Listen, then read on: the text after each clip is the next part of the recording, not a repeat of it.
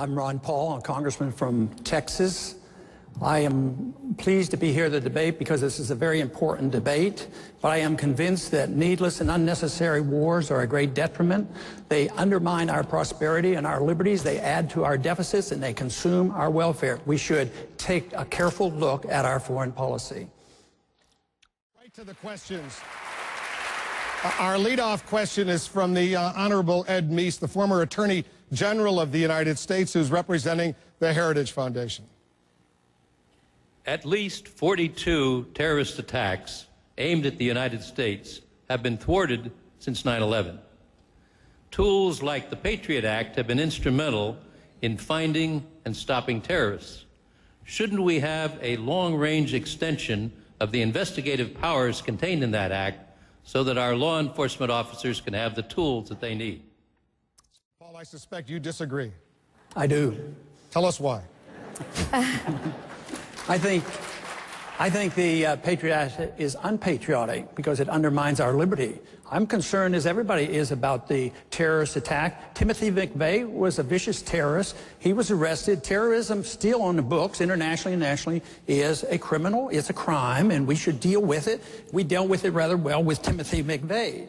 But why I really fear it is we have drifted into a condition that we were warned against because our early founders were very clear. They said, don't be willing to sacrifice liberty for security. Today, it seems too easy that our government and our Congresses are so willing to give up our liberties for our security. I have a personal belief that you never have to give up liberty for security. You can still provide security without sacrificing our Bill of Rights.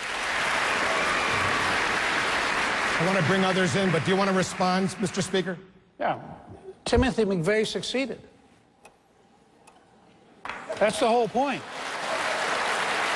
Timothy McVeigh killed a lot of Americans. I don't want a law that says, after we lose a major American city, we're sure going to come and find you. I want a law that says, you try to take out an American city, we're going to stop you.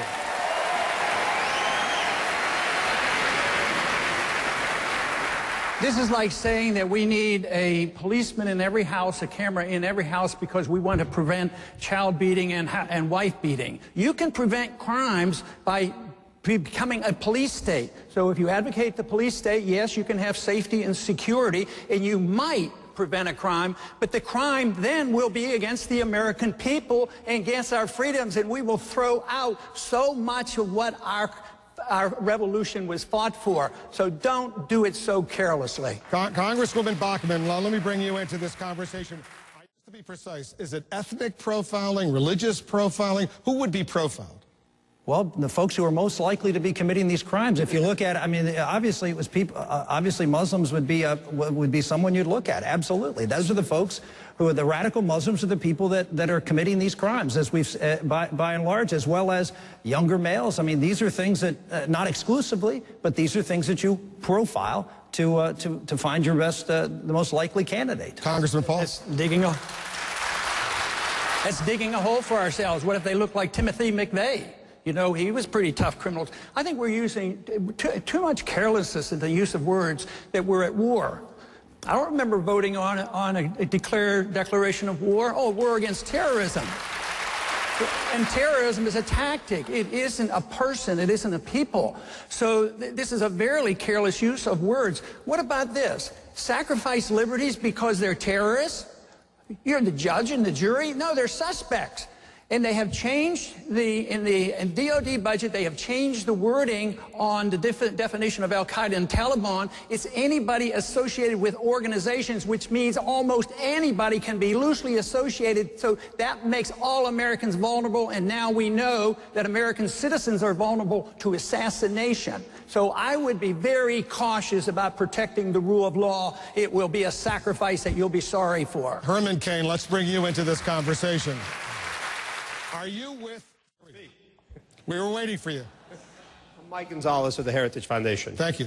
If Israel attacked Iran to prevent Tehran from getting nuclear weapons, would you help Israel launch the attack or support it otherwise?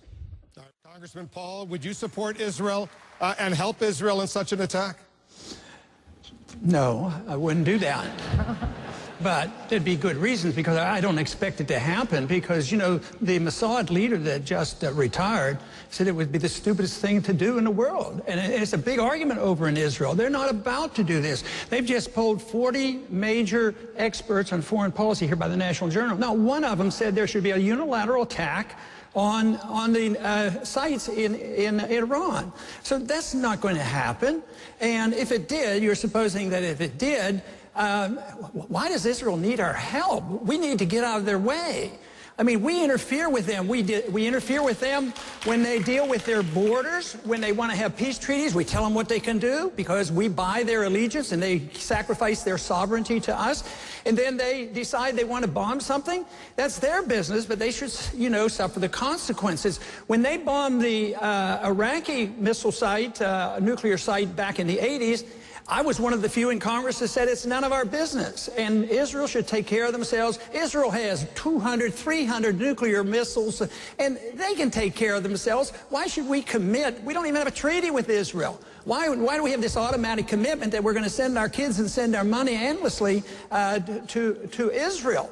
So I think they're quite capable of taking care of themselves. I think we do detriment. Just think of all the money we gave to Egypt over 30 or 40 years. Now look, we were buying friendship. Now there's a civil war. They're less friendly to Israel. That whole thing is going to backfire once we go bankrupt and we remove our troops. So I think we should be very cautious in our willingness to go to war and send troops without a proper declaration by the U.S. Congress. Let me let her on, Paul. I think the aid is all worthless. It doesn't do any good for most of the people. You take money from poor people in this country and you end up giving it to rich people in poor countries. And they're used as weapons of war, so you accomplish nothing. We should export maybe some principles about free markets and sound money, and maybe they could produce some of their own wealth. But this whole idea of talking about the endless wars and the endless foreign aid, it seems like nobody cares about the budget. I mean, we're in big trouble, and nobody wants to cut anything. So if you're going to keep sending foreign aid overseas and these endless wars that you don't have to declare and go into Libya without even consulting with the Congress, the biggest threat to our national security is our financial condition. And this is just aggravating it. Governor Romney. Congressman Paul, what they're doing is cutting $1 trillion out of the defense budget. They're cutting $1 trillion out of the defense budget, which just happens to equal the $1 trillion they're putting into Obamacare. And so what you have is a president that has a priority of spending us into bankruptcy, but he's not just spending us into bankruptcy, he's spending the money foolishly.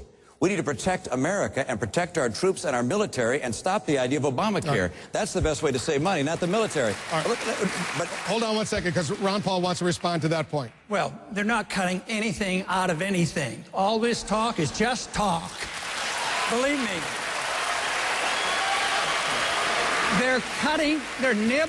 They're nibbling away at baseline budgeting, and it's automatic increases. There's nothing cut against the military, and the people on the Hill are nearly hysterical because the budget isn't going up as rapidly as they wanted to. It's a road to disaster. We better wake up. Oh, okay. We have a question. Please give us your name and your organization. Thank you. My name is Phil Trulock. I'm Executive Vice President, Chief Operating Officer of the Heritage Foundation. And I'd like to thank all the candidates for joining us tonight. I know some of you may want to be in other places, but we appreciate you being here and sharing your views with us. I'd like to turn it back a little closer to home and talk about what's going on in the borders, our southern border. As all of you know, the drug-related crimes and violence are getting heavier and heavier in that area. First, do you consider that to be a national interest threat?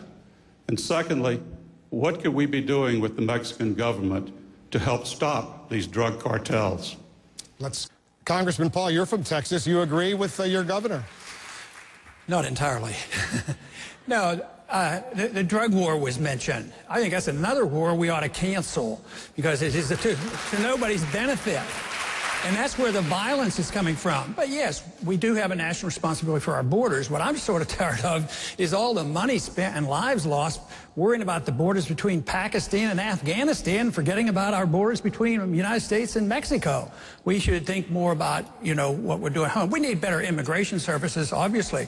But, you know, if you subsidize something or give people incentives, you get more of it. So if you give easy road to citizenship, you're going to have more illegals. If you have a weak economy, which is understandable and we should have prevented, that's understandable. But mandating to the states and to Texas that we have to provide free medical care and free education, that's a great burden. It was a great burden to California and all the border states. So I would say eliminate all these benefits and talk about eliminating the welfare state, because it's detrimental not only to here but the people that come, because that's the incentive to bring their families with them. But I just wanted you to clarify, when you say cancel the war on drugs, does that mean legalize all these drugs? I think the federal war on drugs is a total failure.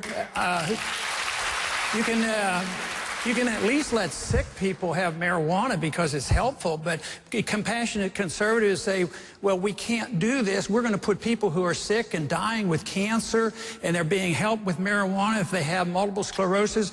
The federal government's going in there and overriding state laws and putting people like that in prison. Why don't we handle the drugs like we had alcohol? Alcohol's a deadly drug.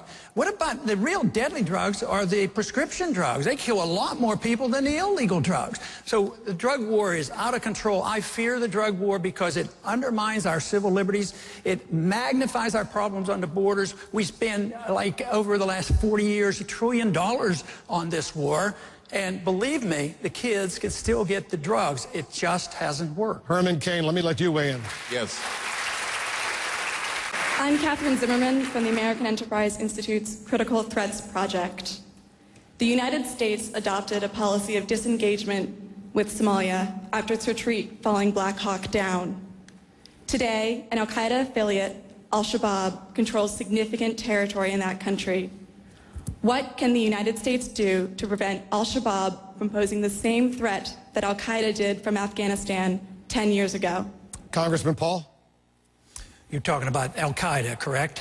No. You have to understand who the al-Qaeda really is. The al-Qaeda responds in a very deliberate fashion. Matter of fact, Paul Wolfowitz explained it very clearly after 9/11.